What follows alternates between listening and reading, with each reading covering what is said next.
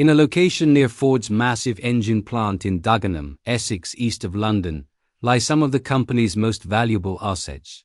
Ford Focus RS-Mk1 2002, as good as the Focus was, it was the RS version that cemented the model's reputation, delivering 212 horsepower from a 2.0-liter turbo, a 0 to 62 miles per hour time of 6.3 seconds, and a top speed of 143 miles per hour. It weighed 1,278 kilograms and handled exceptionally well if the driver knew what they were doing. Ford Granada Mk 22.8 is Gear 1977. This rather special early Granada Mk2 was powered by a 2.8-liter Cologne B6, which produced 160 horsepower. Its special metric TRX alloy wheels are the main indication of an invisible feature. This was one of the first Granadas to have fuel injection, and the size of the wheels meant that only special Michelin TRX tires designed for the more powerful engine could be fitted. Ford GT Mk1 2005. The Ford GT served a dual purpose for Ford. It helped the company celebrate its 100th anniversary in 2003 and also paid homage, in terms of design, to the GT40 model that beat Ferrari at Le Mans in 1966. Power came from a supercharged 5.4-liter V8, which delivered 550 horsepower, a 0 to 62 miles per hour time of 3.4 seconds, and a top speed of 206 miles per hour. Despite a relatively large production run of 4,038 vehicles delivered worldwide, they are becoming increasingly valuable. Ford Mondeo Mk 11993. After the Escort Mk5 disaster, Ford regrouped to relaunch its mid-size car offering, introducing the Mondeo to replace the Sierra. Its status as a world car could have guaranteed another fiasco.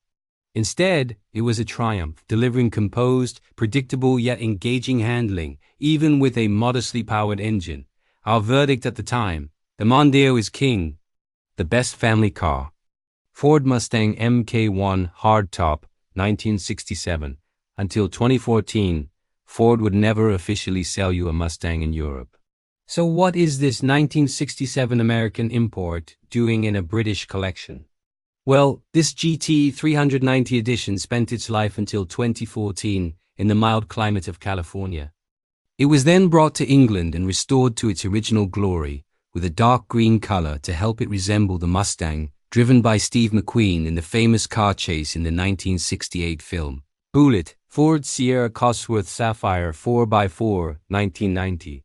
This handsome hatchback was one of the most desirable Fords you could buy anywhere in 1990. The original Sapphire RS Cosworth arrived in 1988, but the car was updated to a four-wheel drive version in 1990.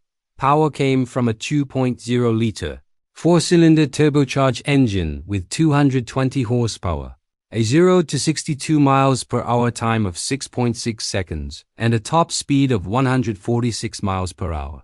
Refinement was high and confident handling meant this was by far the most manageable fast Sierra, and the police were big fans of the car, as unfortunately were criminals who liked to steal it.